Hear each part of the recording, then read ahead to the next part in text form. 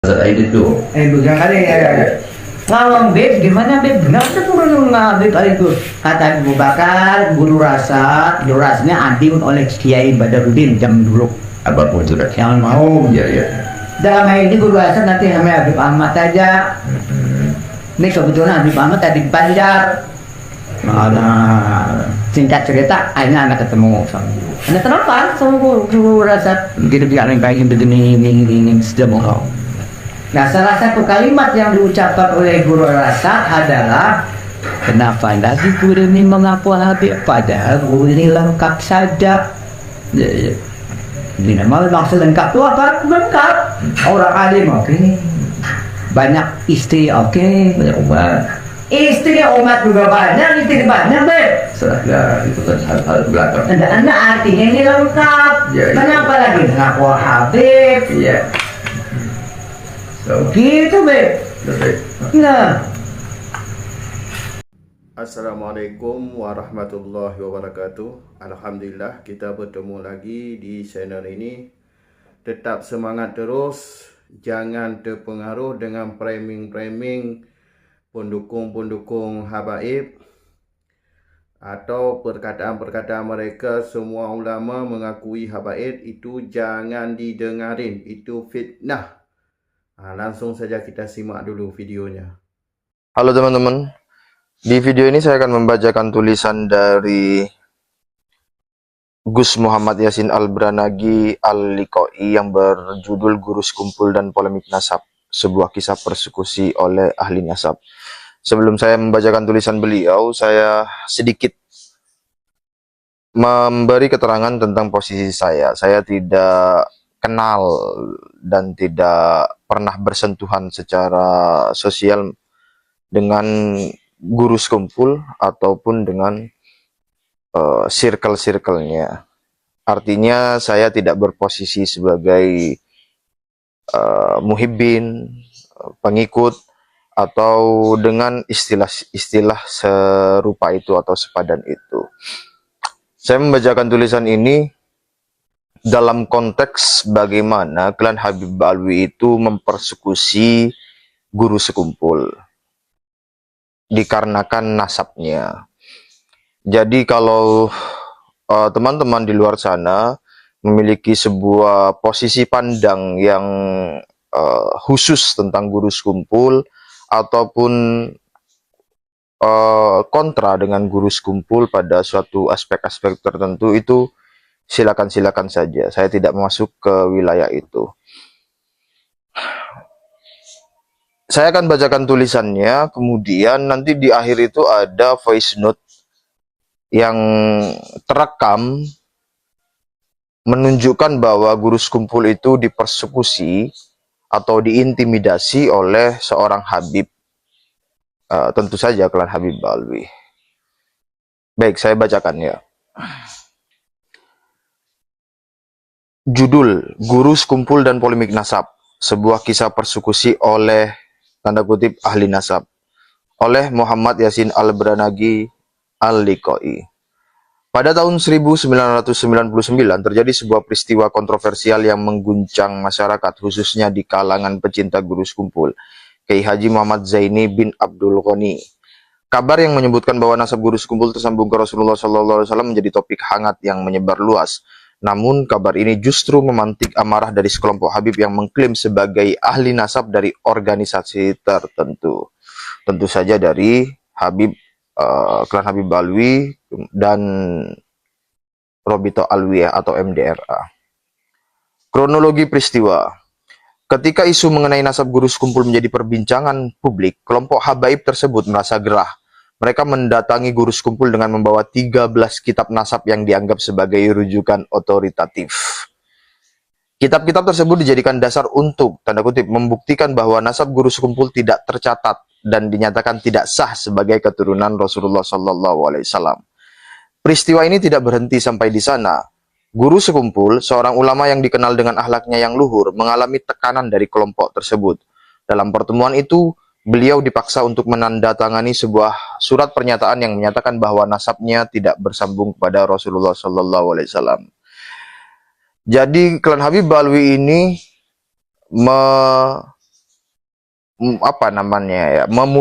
memutuskan nasab guru sekumpul itu menggunakan kitab dan menjadikan dalil bahwa tidak tercatat itu berarti ya bukan keturunan Rasulullah. Tidak menggunakan dalil tidak tercatat bukan berarti tidak ada, tidak menggunakan dalil itu sebagaimana yang didengungkan oleh klan Habib Alwi dan para budak-budaknya itu. Makna di balik peristiwa. Kisah ini menyimpan banyak pelajaran, terutama tentang bagaimana nasab seringkali menjadi isu sensitif dalam masyarakat Islam. Nasab yang seharusnya menjadi sarana memperkuat ukhuwah dan penghormatan kepada Ahlul Bait justru digunakan sebagai alat persekusi dan diskriminasi oleh segelintir pihak yang merasa memiliki otoritas tunggal. Guru sekumpul yang sepanjang hidupnya dikenal dengan sifat tawadhu dan kedalaman ilmunya tetap sabar dan tidak melawan meskipun mendapat tekanan yang tidak adil. Sikap ini mencerminkan karakter seorang ulama sejati yang lebih mengutamakan persatuan umat daripada memperkeruh keadaan. Refleksi untuk kita semua. Peristiwa ini memberikan refleksi mendalam tentang bagaimana kita memandang isu nasab dan otoritas keilmuan. Pertama, tidak seharusnya nasab menjadi alasan untuk memecah belah umat, apalagi digunakan untuk menyerang seseorang yang telah berkontribusi besar bagi dakwah Islam. Kedua, peristiwa ini mengingatkan kita untuk selalu berhati-hati dalam menyikapi klaim keilmuan atau otoritas tertentu, terutama jika klaim tersebut digunakan untuk menjustifikasi tindakan yang tidak sesuai dengan akhlak Islam. Guru sekumpul telah memberikan contoh nyata bagaimana seorang ulama besar menyikapi fitnah dan tekanan dengan kesabaran. Kisah ini menginspirasi kita untuk meneladani beliau dalam menjaga harmoni umat, meskipun di tengah badai fitnah dan persekusi. Di balik kisah ini tersimpan pesan bahwa hakikat keagungan seseorang tidak ditentukan oleh pengakuan dunia, melainkan oleh amal kebaikan yang tulus dan keberkahan yang dirasakan oleh umat. Guru sekumpul dengan segala ketawaduannya telah menunjukkan bahwa nasab sejati seorang muslim adalah akhlak dan kontribusinya bagi agama dan kemanusiaan. Berikut kami sertakan rekaman voice note tersebut. Siapa Ada itu? beberapa yang dengar. Siapa dia? Khadijah sama Pak Beb, ada terus. Pas kumpul. Ya. Terus. Ada, Apa ada Beb. itu? Waktu dia masih hidup? Iya, Anda ketemu tahun 99. Anda iya. sebelum ketemu di sini sama jemaah ngomong, apabila Anda ditakdirkan bertemu dengan guru Martapura, insya Allah guru nggak bisa ngomong. Tapi itu kan tidak Makanya, ada. belum. Ya masih yang udah ketunggar tuh Sembilan belum. dia ketunggar kan dia ada gimana itu? Itu sesudah. Sudah ada. Kata mereka jemaah mungkin setelah Muhammad dia baru guru ini. Begitu. Setelah Anda ketemu, Iya. 3 orang, ada Habib Agil bin Sa'ad, ada Habib Agil Basin, ada Iya, iya, Dr. iya. Andes Ridwan, berada ikut juga. Anda ketemu, singkat saja salah satu cerita, dia bicara dulu sama orang lain, 4 orang waktu di kamar. Lalu kata guru, kamu mau apa? Oh ini begini sampai mana? Oke selesai. Lalu dengan anak, ini dengan apa adakah?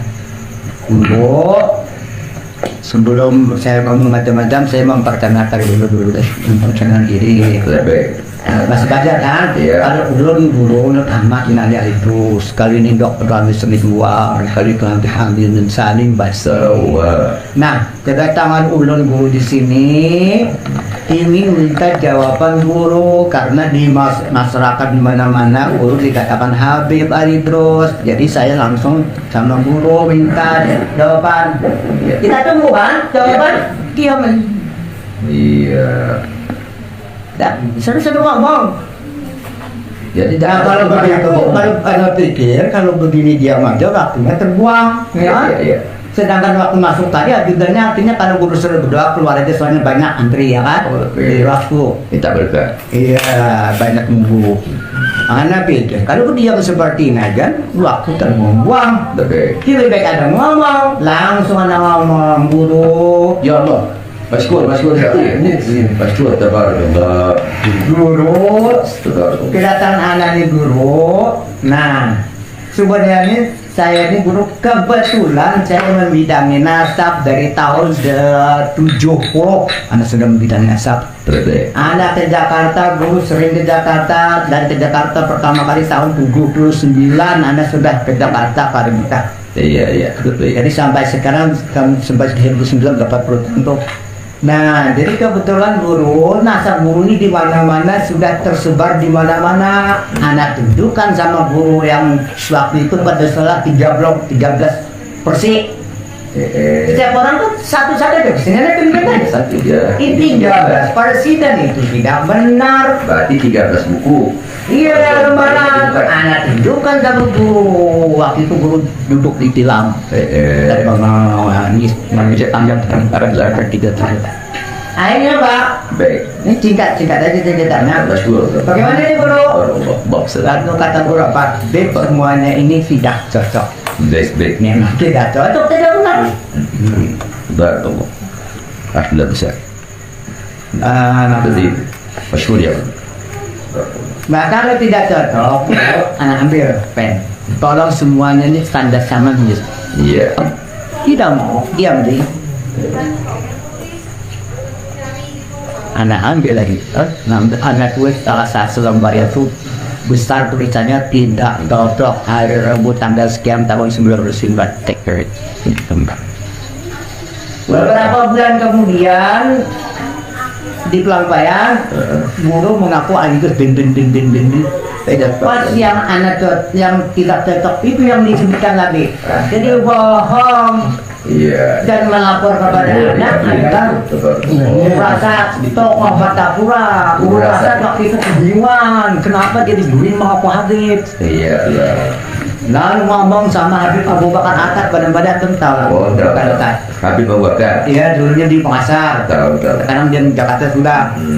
Dengan Hazrat Aidit tuh. Bukan kali ya. Ngomong Beb, gimana Beb? Benar tuh turun Beb itu. Kata Abu Bakar, guru rasanya adil oleh Kiai Badarudin jam dulu. Apapun sudah. Yang mau. Iya. Dalam hal ini guru rasa nanti hanya Habib Ahmad aja. Ini kebetulan Habib Ahmad tadi Banjar. Singkat cerita, akhirnya anak ketemu sama guru. Ada telepon sama guru rasa. Gitu biar yang kayak ini sudah mau. Nah, salah satu kalimat yang diucapkan oleh guru rasa adalah kenapa lagi guru ini mengaku Habib padahal guru ini lengkap saja. Ya. Ini memang maksud lengkap itu apa? Lengkap. Orang alim oke. Banyak istri oke. Banyak umat. Istri umat juga banyak, istri banyak Beb. Serahlah itu kan hal-hal belakang. Anda artinya ini lengkap. Ya. Kenapa lagi mengaku Habib? Iya.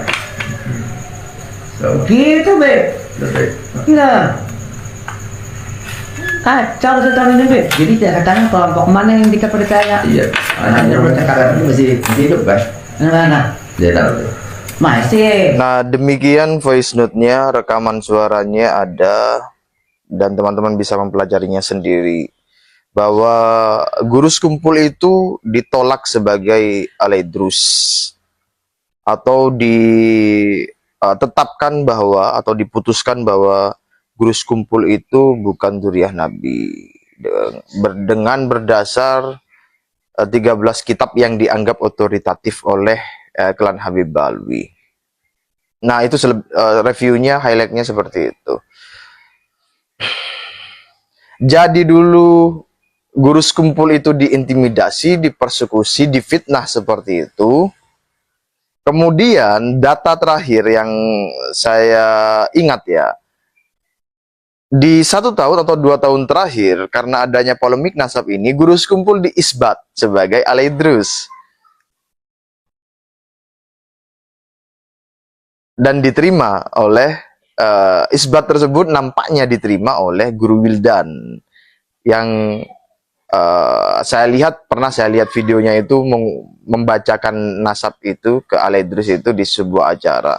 Ya saya tidak ikut-ikut ya. Ya monggo-monggo aja mau jadi alaidrus, Asegaf, Bill Smith dan lain sebagainya. Ya terserah. Yang saya soroti itu adalah dulu guru sekumpul itu dipersekusi, difitnah, diintimidasi karena nasab beliau yang tersebar sebagai alaidrus, klan Habib Alwi tidak terima. Kemudian didatangi sedemikian rupa sesuai voice note. Karena adanya polemik nasab yang membuktikan bahwa Habib itu bukan dzurriyyah Nabi dan digempur dari berbagai sisi pengungkapan kejahatan-kejahatan mereka terhadap pribumi Nusantara. Di 1 tahun atau 2 tahun terakhir mereka mengubah sikap mereka dengan cara mengisbat guru sekumpul kepada alaidrus. Itu adalah sebuah ambivalensi sikap pragmatisme atau oportunisme. Ketika mereka membutuhkan perlindungan dari seorang sosok besar yang diikuti oleh masyarakat, mereka dengan dengan secara oportunis begitu akhirnya mengisbat guru sekumpul supaya memperoleh dukungan atau perlindungan dari guru sekumpul atau keluarganya dan jamaah-jamaahnya. Jadi warga sekumpul Kalimantan mesti tahu dan meneliti dan memperhatikan bagaimana kronologi dari peristiwa-peristiwa yang dialami oleh guru sekumpul. Sehingga warga sekumpul, warga jamaah guru sekumpul itu tidak tertipu oleh klan Habib Alwi. Buktinya ada. Dan kita bisa bahas ini lebih panjang lagi di video-video lainnya. Terima kasih. Assalamualaikum warahmatullahi wabarakatuh. Nah, jadi itulah yang telah kita dengar. Berhati-hati itu wajib. Jangan mudah untuk mempercayai. Apalagi sekarang sudah terbukti mereka itu secara ilmu nasab, secara ilmu sejarah, dan ilmu DNA. Jadi mereka sudah terbukti bukan zuriyah Nabi. Kalau menurut DNA ya, jangankan cucu Nabi atau zuriyah Nabi, orang Arab aja mereka itu bukan, karena DNA mereka G. Jadi terus harus atau bahkan wajib untuk berhati-hati dengan ucapan dari mereka atau dari pendukung mereka, yaitu mukibin mereka itu. Karena mukibin mereka itu nggak tahu kenapa ngotot sekali itu mendukung kesesatan lah. Dibilang nggak paham agama, mereka itu paham agama. Kenapa seperti itu ya? Mungkin ada kedudukan atau uang. Itulah jawabannya mungkin. Kalau nggak cari aman ya mungkin itulah sangat berbahaya itu. Contoh orang-orang yang alim seperti Idrus Ramli. Orang pandai dikenal dengan Aswaja lah, singa Aswaja untuk menolak Wahabi. Tapi giliran habaib, singa Aswaja ini langsung bubar. Luar biasa nih. Maka jangan didengar dari fitnah-fitnah orang ini. Yang heran itu asal ngomong mereka itu, ulama dunia mengakui. Siapa tuh ulama itu? Siapa? Itu yang heran tuh. Asal ngomong, asal klaim. Kalau masih hidup, ya dibiarin. Tapi kalau ulama itu sudah meninggal, mulai diklaim oleh mereka itu. Abah Maimun mengakui, padahal nggak ada bukti. Pokoknya mereka itu ulama-ulama yang sudah meninggal itu. Sekarang setelah polemik ini semuanya diklaim bahwa mengakui nasab habaib, padahal nggak ada tuh. Maka tetap semangat terus dan hindari mereka itu, sangat berbahaya itu. Sampai jumpa di video selanjutnya. Akhir kata, Assalamualaikum warahmatullahi wabarakatuh.